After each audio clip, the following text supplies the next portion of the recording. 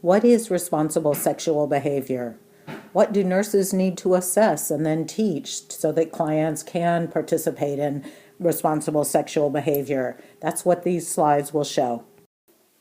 New nurses may feel uncomfortable with the sexual history, but only by gathering enough information do we actually know what we need to be treating. What are the client's teaching needs?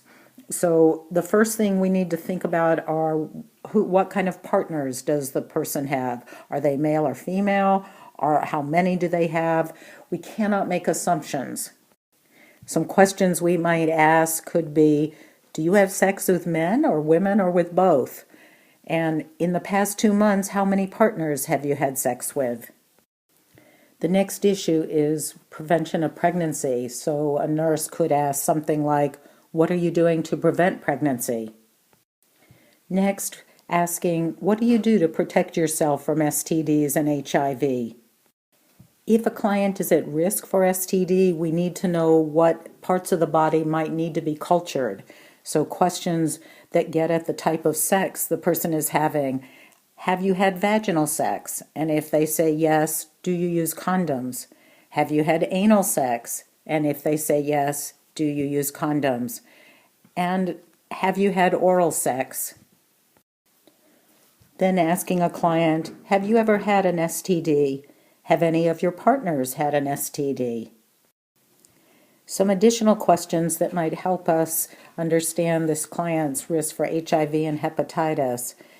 Have you or any of your partners ever injected drugs? Have you or any of your partners exchanged money or drugs for sex? Is there anything else about your sexual practices that I need to know? So clearly the key to prevention of STDs is knowing your partner.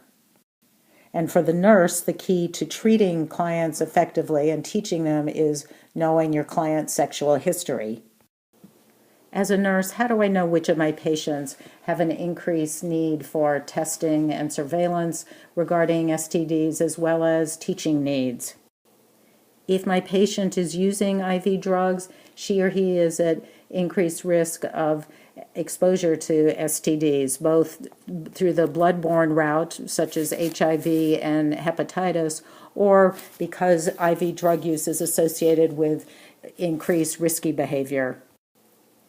Multiple partners, more than one partner, either at any given time or over the course of a lifetime, also increases the potential risk of exposure to STDs.